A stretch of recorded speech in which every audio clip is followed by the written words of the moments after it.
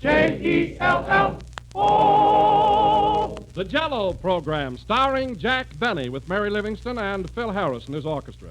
The orchestra opens the program with I Love to Whistle from Mad About Music.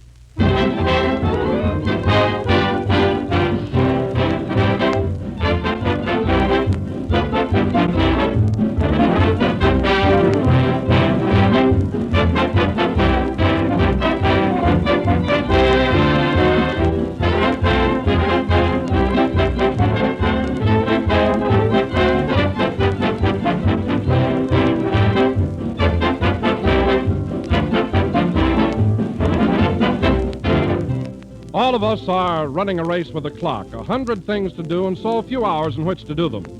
Well, here's one good way to save time and save money, too, and that's to serve Jell-O often. For Jell-O is delightfully simple to prepare. It takes only a moment to dissolve, and it's quick setting. You can put a mold of Jell-O in the refrigerator before you go out shopping in the morning and take out a delicious dessert at lunchtime. And Jell-O is one of the most inexpensive desserts you can serve, for a package costs only a few cents. No matter which flavor you choose, you can be sure of an easy, economical, and attractive dessert every time. For Jell-O brings you that delicious, extra-rich fruit flavor that rivals the fresh fruit itself. So be sure to insist on genuine Jell-O when you buy, and buy it often, serve it often, for Jell-O is a grand dessert.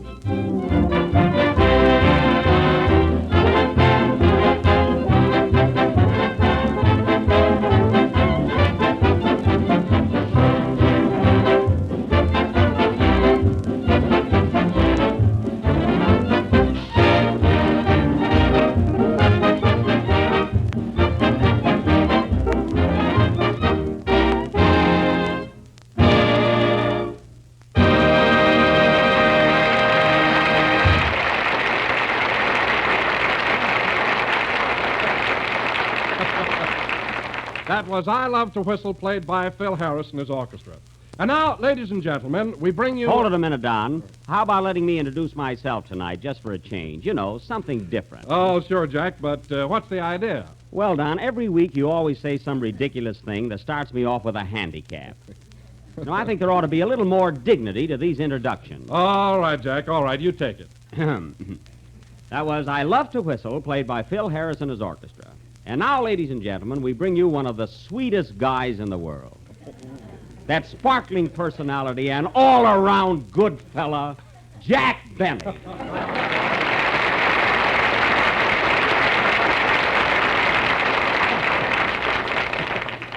Thanks, Jack. It's all right, kid. You deserve it. You see, Don, an introduction like that gives me the right kind of a build-up so that I can carry on with a feeling of confidence. Yes, but, Jack, I could have introduced you the same way. I know, Don, but I sound more sincere. You know, it rings true. Yes, but it also sounds a little egotistical, doesn't it? Oh, I don't know. I think Don's right, Jack. It sounded pretty conceited to me. You don't say, Phil. Yes, bragging like that is in very bad taste. Now, if my orchestra just finished the number, I personally would never turn around and say it was great. No, Phil, neither would anyone else. With that gang of cadenza butchers, you ought to be glad to be working at all. Listen, Jack, it's your own fault. When I was hired for this job, you said you wanted me and 17 men. You didn't specify musicians. I know, Phil, but you told me you were a leader of a band. Well, so was Robin Hood, but he didn't have to worry about music. Anyway, it's a fine bunch of boys you've got. I accidentally dropped my cigar a few minutes ago, and I had to fight off your whole orchestra to get it back. Well, they thought you were through with it. I nearly killed that for you, didn't I, Phil? Oh, well. And incidentally, now that we're discussing my job, I'm getting pretty tired of matching you double or nothing for my salary every week. Well, don't blame me, Phil, if you're unlucky matching coins. Well, it's been going on for 8 weeks. There's something funny about it. Oh, no, there isn't. You stand just as much chance as I do, so let's forget it. Oh, hello, Mary. Hello, Jack. What's the trouble now? Oh, the same thing. Phil's beefing as usual. I never saw such a guy. Ain't it the truth? Yeah. Say, Jack, What is it? can I borrow that $50 of yours? What $50? You know, the one with the 2 heads on it. Mary. Oh, I get it. A crooked $50. All right, wise guy. You cheated me out of 8 weeks' salary. Now, listen, Phil, don't get hasty. Why, you... Now, wait a minute. This may sound fishy, but if you want to know something, I've been saving that money for you. Jack's building a new house, too. Quiet. Of course I'm building a house, but it's with my own money. You ought to see it. I've got 2 beautiful coconut palm trees right in front, and it's all mine, not Phil's. Just the same, I'll bet the coconuts have wavy hair. Now, you're just trying to be funny. Well, that's fine. The house that my Jack built. Now, wait a minute, Phil.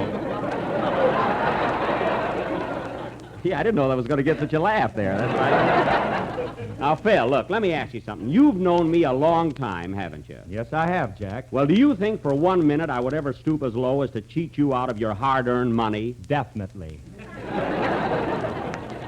Now, that's gratitude for you. Gratitude? Why should you want to save my money for me? Because you're always throwing it away. What are you going to have when you get old? Rheumatism, the same as you. It's a smart answer, Phil, but I haven't got rheumatism. Gee, do you always groan when you walk? Listen, Mary, the only time you ever heard me groan was yesterday when I had my shoes on the wrong feet. Well, how'd you happen to do that, Jack? Oh, I don't know. I must have had my legs crossed when I put them on. Not meaning to change the subject, Jack, but what about that dough you owe me? Well, Phil, I don't want to have to prove my honesty, but as long as you're so suspicious, here's a bank book with your name on it. Here, take it and keep it. It's the last time I'll ever try to help anybody. Well, gee, how did I know you Oh, were on the don't left? apologize. Go ahead and play a number. We'll forget about it. Okay. Can you imagine that, Mary? That's appreciation for you. Well, Jack, let me ask you something. Do you save your money? Yes, I do. Save it. Jack even carries it around with him. Oh, Mary, I do not. Then what's that big lump in your sock? That's my long underwear. Well, it's got Lincoln's picture on it.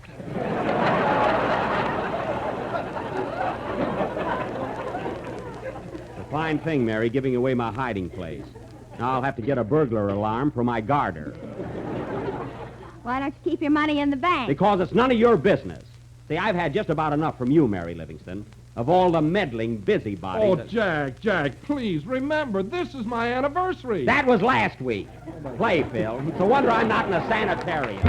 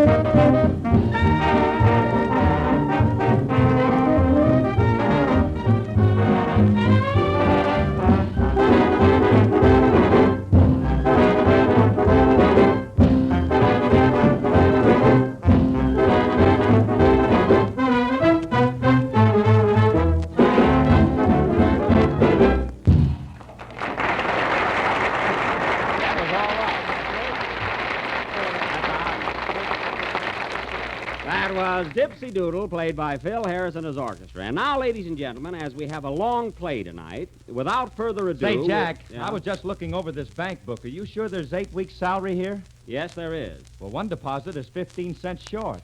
All right, so I had an ice cream soda.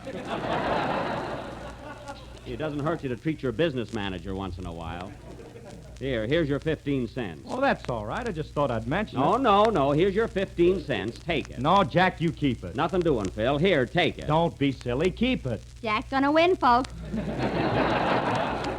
Stay out of this, Mary. You've caused enough trouble for one night. Oh, Jack, look at Kenny over there. I wonder what's the matter with him. Where? Oh, hello, Kenny. Hello, Jack. What's wrong? Oh, nothing. Well, don't stand there like a pallbearer. What's the matter with you? Well, last Thursday night they gave out the Academy Award for the Best Movie Actor, and I didn't get it. Now, there's a shock. Who did get the award, Kenny? Oh, some guy named Tracy. Tracy? Well, that's Spencer Tracy, and he deserves it. You've only been in pictures a short time, Kenny. What do you expect? Well, Well, I've been in pictures for years. I didn't win the award. You couldn't win it if it was on a punch board. I'm not talking to you. Anyway, Kenny, don't worry about it. Your time will come. it better. You know, I'm the one who should really be upset about the award. See, I just missed it by a hair. Gosh, I missed it by a hair last year, too. You'll have to miss it by something else pretty soon.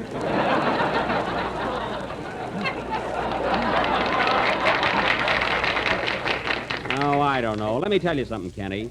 You have to have a great dramatic part to be eligible for such a high honor. Well, what about that great scene I had in the Goldwyn Follies? The Goldwyn Follies. Yes, you know, that big scene in the lunch wagon where I was eating all those hamburgers.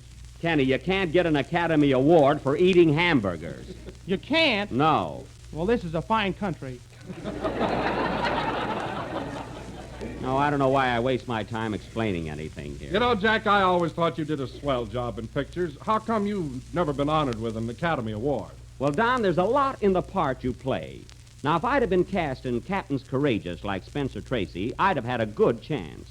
You know, A Story of the Sea gives you a great opportunity for dramatic acting. Well, if you're so confident, why didn't you go over to MGM and try to get the part? I did try. I walked up and down in front of that studio for a month with a sailor suit on.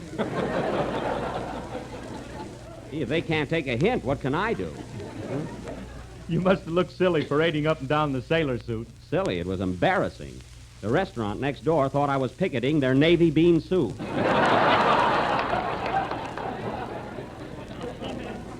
Oh, well, all we can do is try. We must never be discouraged. And now, folks, we... Come in? Mr. Benny, Yes? I want to take this opportunity of congratulating you on winning the Academy Award. Thank you very much, but I didn't win. Gee, you ought to get a new jockey. Goodbye. That guy. If he comes in here once more, I'll put sneeze powder in his bubble gum. Whatever that'll do. And now, ladies and gentlemen, for our feature attraction tonight, the Benny Little Theater Movement will present an original courtroom melodrama entitled Death in the Nightclub, or Sally, Irene, and Murder. I thought that picture was Sally, Irene, and Mary. Don't forget, Fred Allen's in it. Now, Fred wasn't listening in, I'll scream. Now, on the night of February 16th, Mr. Hamilton J. Vance, a Wall Street broker, was murdered in the Hotsy Totsy nightclub. Mr. Vance was just about to finish his dinner when somebody served him a lead demitasse. Who killed him? I'm coming to that. A notorious gangster known as Three Tonsil Divine, alias Scar Voice Andy, was suspected and immediately placed under arrest, but denied any connection with the crime. I didn't do it, I tell you. I didn't do it. That remains to be seen, Andy, and hello. Hiya, Buck. Now, I will play the part of fearless John Benny, a district attorney who has just sent more people up the river than the Albany night boat.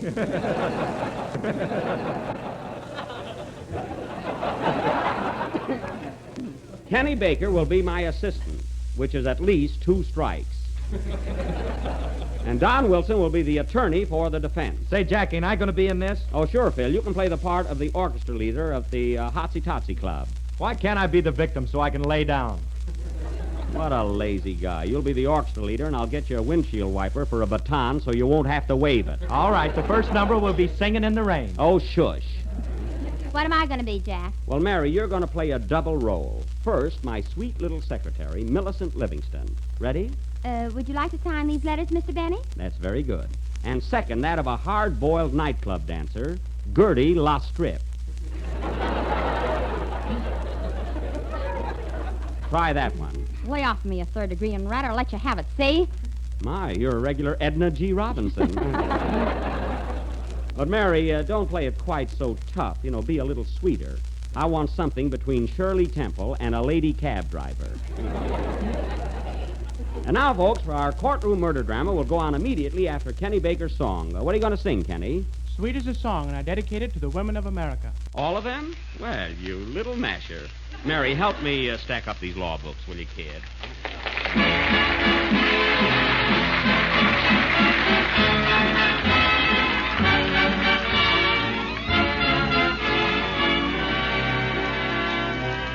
This is heaven caressing you, pressing you close to my heart. Darling, you're as grand as very few are. This is heaven so near to you. I'm in love and I'm making it clear to you. Won't you please believe me when I say that you are sweet as a song. You're as sweet as a song. For you possess all the warmth. You'll always be like the quaint harmony of sweet Adeline. Sweet as a song, you're as sweet as a song. You're a chorus of trees, you're a lovely reprise of Kiss Me Again. Darling, when you're in my arms, nothing could ever go wrong.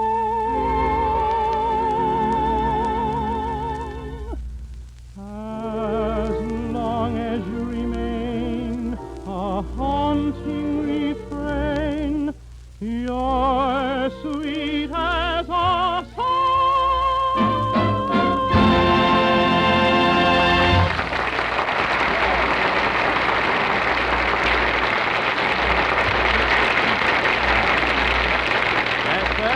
That was Sweet as a Song, sung by Kenny Baker.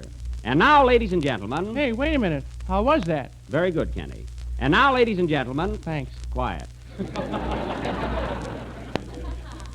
We will present our dramatic highlight, Death in the Nightclub.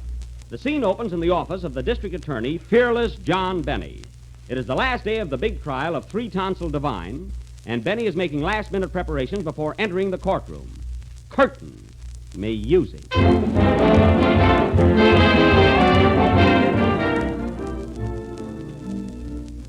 Well, Miss Livingston, I think I'm ready. Now, let's see. Here's the gun. That's Exhibit A. There's the bullet, Exhibit B. What's this awful-looking thing here? That's your lunch, Exhibit C. There's the phone, D.A. Well, get off my lap and answer it. Okay. Hello? Yes? Yes, all right, I'll tell him. Goodbye. Who was that? Your wife. Oh, my wife, eh? What does she want? She says if you don't get rid of me, she's going to black your Exhibit I. Well, I can't worry about her. I got this trial on my mind. Have you got those notes that you took at the coroner's inquest? Yes, sir. Well, read them to me. It says that since the corpus delicti was found in a state of rigor mortis, it's a clear case of non compos mentis, ipso facto, and to wit. Oh, to wit, eh? That'll hang 'em.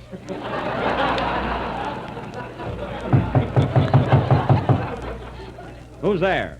Kenny Baker, exhibit me. Oh, come in. Well, Baker, did you get those fingerprints I sent you out for? No, but oh boy, have I got a clue. What'd you find out? Well, I was up at the Hotsy Totsy Club snooping around, and the head waiter came over and gave me a kick in the pants. Gave you a kick in the pants? What does that have to do with this case? Well, at least we got footprints. That's fine evidence. Well, come on, Baker. We got work to do. And in less than 3 hours, that jury will bring in a verdict of guilty, or my name ain't Fearless John.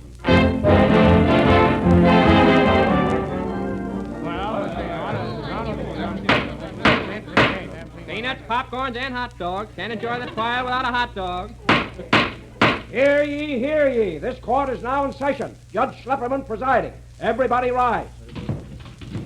Hello, everybody. Sit down and be quiet, please. We will now continue with the case of the steak versus the wine. Shall we proceed, gentlemen? The defense is ready, Your Honor. The state is ready, Your Honor. That's fine. Now go to your corners, gentlemen, and come out fighting. Now, as my first witness, I'd like to call the orchestra leader of the Hotsy Totsy Club to the stand, Mr. Corny Harris. Swear Mr. Harris in. Do you swear to tell the truth, the whole truth, and nothing but the truth? Yeah, man. Now, Mr. Harris, how long have you and your orchestra been playing at the Hotsy Totsy Club? 12 years, but for the last 6, we've been wanting to leave. Well, why didn't you? We can't get the bass drum through the door. 12 years in one place, eh? What's the name of your orchestra? Corny Harris and his stationary gypsies.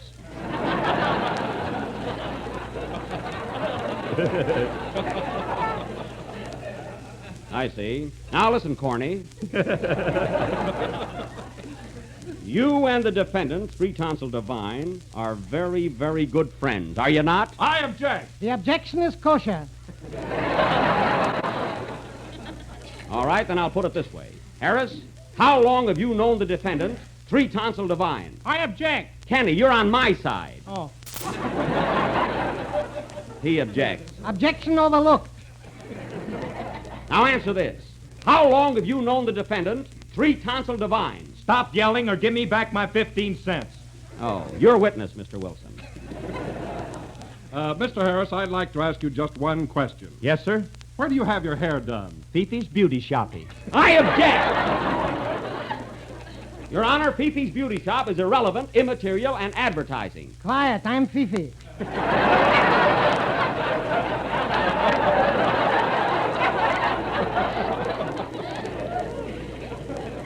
Oh, I see. A sideline, huh? No more questions. Popcorn, peanuts, and programs. Can't tell a district attorney from a crook without a program. Your Honor, the state would now like to call on the dancer at the Hotsy Totsy Club, Miss Gertie Lastrip. Ah, now we're getting someplace. Take the stand, Miss Do Lastrip. you swear to tell the truth, the whole truth, and nothing but the truth? What do you think, big boy? Oh, what a hot patootie. Now, Miss Lastrip, you're a dancer at the Hotsy Totsy Club, is that right? Yes, you mind if I take off my hat? No. And on the night of the murder... You mind if I take off my coat? No. And on the night of the murder, you were dancing, weren't you? You mind if I take off my Yes, hat? I do. Please, let her alone. It's warm in here.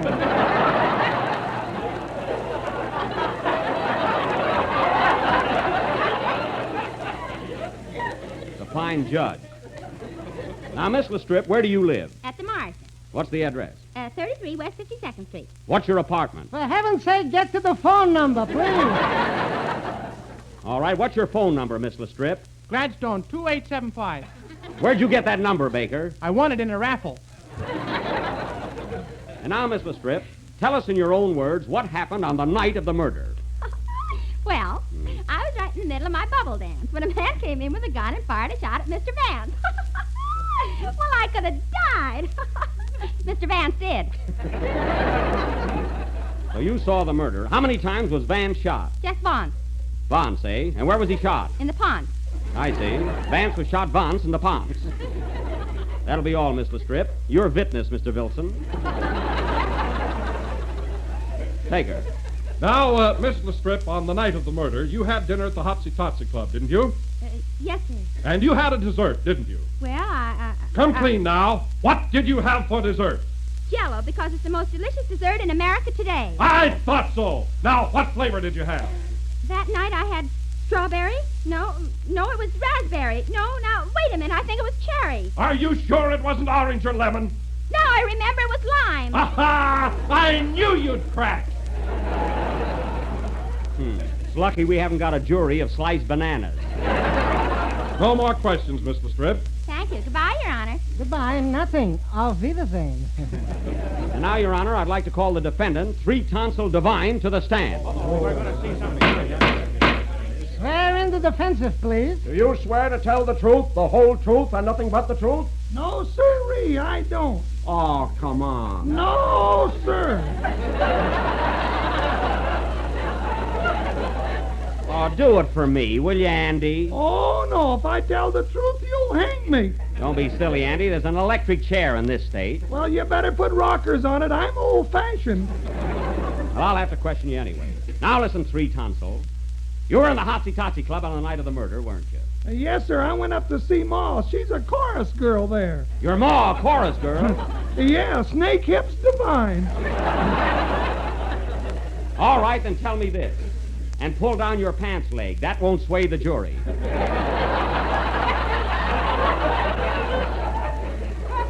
Now tell me, you hated Hamilton Vance, didn't you? No, I didn't. You were seen leaving the Hotsy Totsy Club with a gun in your hand. So what are you stalling for? You killed Vance and you're gonna fry. You're gonna burn. You're gonna sizzle. Gosh. You haven't got a chance, Devine, so you might as well confess. You murdered Hamilton J. Vance. I didn't do it, I tell you. I didn't do it.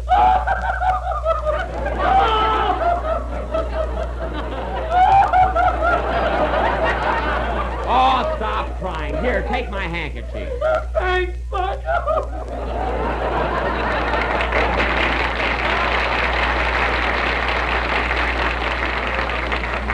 I can't get anywhere with this guy. I only had some new evidence. Hey, D.A. What is it, Baker? I was just out in the hall and I met the bartender from the Hotsy Totsy Club. You did? Yeah, he saw everything and he wants to talk. At last, our key witness. Nice work, Baker. Right this way, Mr. Nazaro. At last, I'll cinch this case. Take the stand, Mr. Nazaro. Now, you're the bartender at the Hotsy Totsy Club. Is that right? Yes, sir, I am. Then tell us exactly what you saw on the night of the murder. Well, I was mixing a scotch and soda, and a shot rang out. Yes? So I looked up, and when I said feet, the force was spinning, and went right in to get myself a safer than right outside the mine. Of course, I was seated in one just fainted me, and it made so bored. And even see the friend was sitting there, oh, it was awful. What was awful? I'm telling you, that Mrs. Girl seat big mine. The only secret in the United States is made right of it, but it's phone. Look, and ran right wait, into the Princess. Will you talk English? What did you see? I told you. The famous seat wife was standing motorbike and went right into the seat to be the cellar. Never said I was bad. What? What was that? Somebody just shot the judge. Hooray! We've got a new case. Play, Phil. Vance was probably a rat anyway.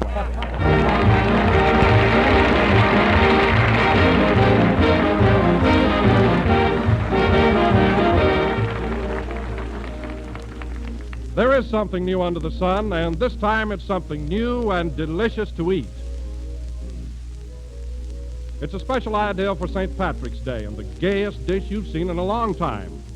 St. Patrick's Jell-O molds, made with shimmering green lime Jell-O with delicious fruit inside. And here's all you have to do. Dissolve a package of lime Jell-O in hot water and chill until slightly thickened. Then fold in 2 cups of diced grapefruit, half a cup of diced oranges, and half a cup of canned crushed pineapple. Chill until firm, turn out on a platter, and view with pride.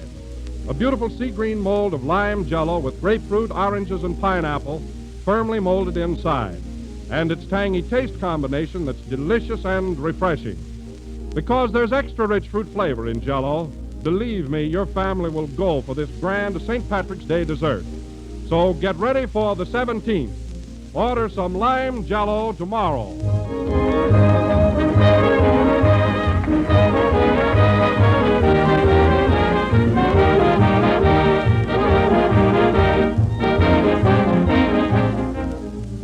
This is the last number of the 24th program in the new Jell-O series, and we'll be with you again next Sunday night at the same time.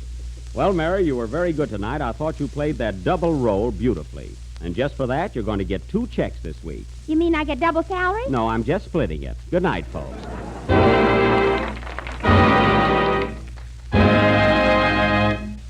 Jell-O.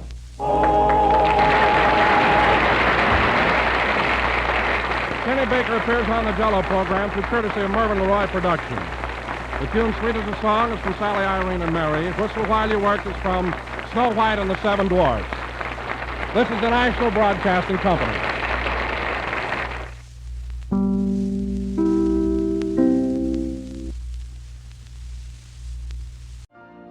You've been listening to the OTR Gold Network. Find more classic radio at otrgold.com.